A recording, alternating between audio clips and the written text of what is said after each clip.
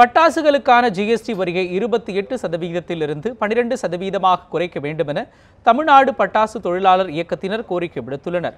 சென்னையில் செய்தியாளர்களை சந்தித்த அந்த இயக்கத்தின் நிறுவனர் ராசா, பட்டாசு ஆடம்பர பொருள் அல்ல, அவை கலாச்சார பொருள் என்பதை மத்திய அரசு உணர வேண்டும் என வலியுறுத்தினார். பட்டாசு மற்றும் இந்தியாவிலேயே கள்ளத்தனமாக செய்கிற லைசன்ஸ் இல்லாமல் ஆர்சி வரி எதுவும் இல்லை கட்டாத கம்பெனிகள் நிறைய இருக்குது. சின்ன சின்ன குடிசை தொழில் மாதிரி செஞ்சுட்டு இருக்காங்க. அவங்கெல்லாம் எந்த விதமான வரி விதிப்புக்கு உள்ள இல்லாமல் விற்றுக்கிட்டு இருக்காங்க. முறையாக தொழில் பண்ணுற எங்களை மாதிரியான கம்பெனிகள் மிகவும் பாதிக்கப்படும். அதனால் மத்திய அரசு யோசித்து பேசி கண்டிப்பாக 12% மட்டுமே இந்த ஜிஎஸ்டி இருந்தால் மட்டுமே தொழில் பாதுகாக்கப்படும்.